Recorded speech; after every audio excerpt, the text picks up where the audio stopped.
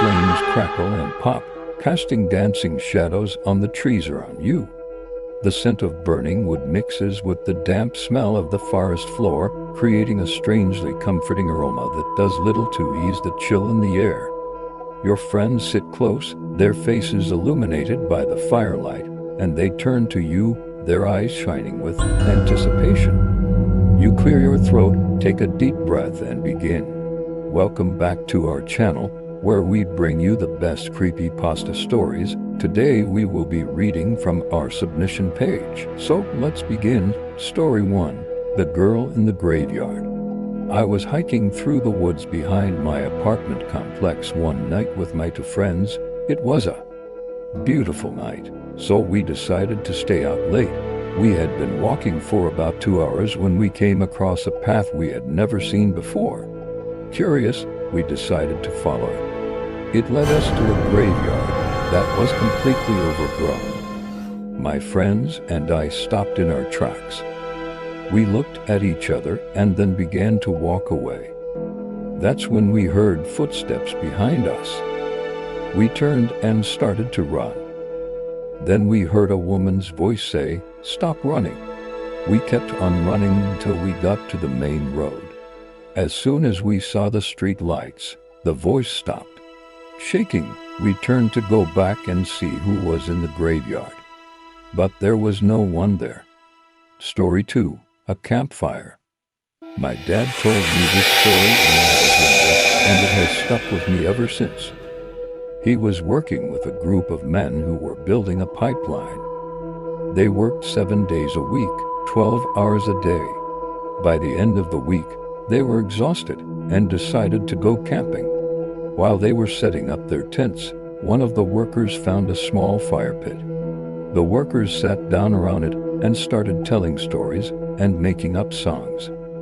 They were having fun until one of the workers said, "Let's keep this fire going all night so we can scare off any bears." Everyone thought this was a great idea. So they gathered some big logs and made a huge fire. After singing and telling stories for a few more hours, they decided to go to bed. One of the workers stayed behind to keep the fire going.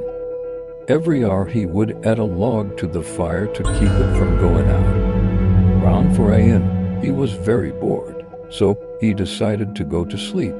When he woke up, he found that the fire had died down and only a few embers were left. He added a log and started a small fire again. After a while, he noticed that the fire wasn't getting any bigger. It just kept burning at the same rate. He blew on it, but it didn't help. To his horror, he realized that the fire could not die. He ran to the other workers and told them what had happened. They all tried to put out the fire, but it wouldn't go out. They tried to drag it into the lake, but it still burned. Finally, they buried the fire under rock and dirt. The next morning they went back to the lake to see if the fire had gone out. Much to their horror, the fire was still burning brightly. They were terrified, so they packed up their things and left. Story 3. Ghost Train. I used to work at a summer camp in northern Wisconsin. The camp was located near a lake and was surrounded by woods. One evening, I was sitting by the campfire with some friends when we heard a train whistle in the distance. At first, it sounded like an old steam whistle. Then it changed to the long, mournful cry of a train. It was so strange because there were no trains near the lake. And even if there was, the whistle would not sound like that. Then we started to hear the rhythmic clickety-clack of train tracks. We all looked at each other and started to get scared.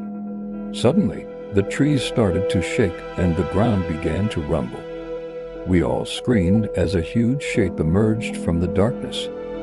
It was the size of a train car and was moving toward us. We watched in terror as it approached. Then it stopped. Just before it reached us, a door opened and a man stepped out. He was dressed in clothes from the 1920s. He looked at us and smiled.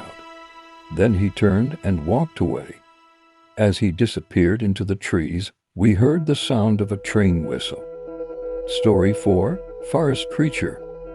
This happened to a friend of mine when she was backpacking through the Beartooth Wilderness in the early 1990s. She and her two friends had set up camp for the night and were sitting around a campfire when they began hearing what sounded like screams in the forest.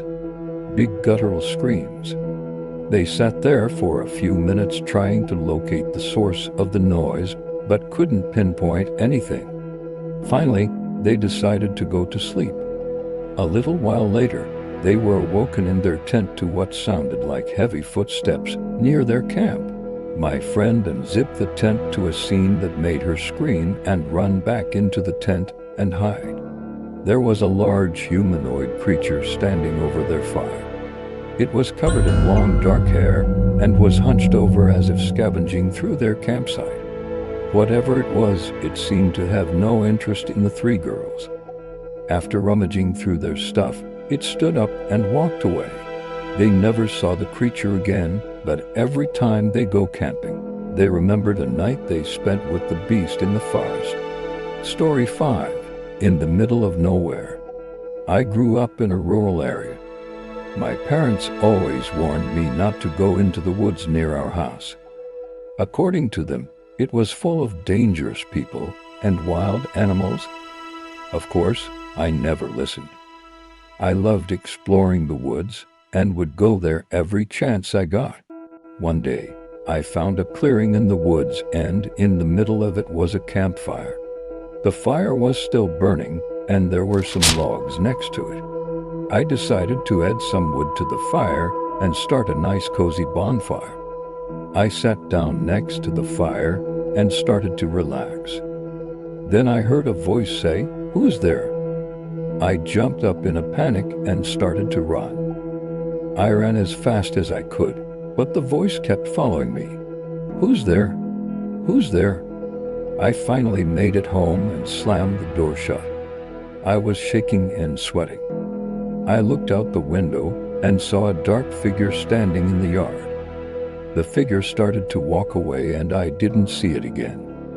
To this day, I don't know what that figure was, but I never went back to that clearing. Thanks for watching another set of scary stories. Now it's time for bed. But wait, before you go, why not share your own terrifying tales in the comments below? And don't forget to hit that subscribe button for more spine-chilling content. Sweet dreams if you dare.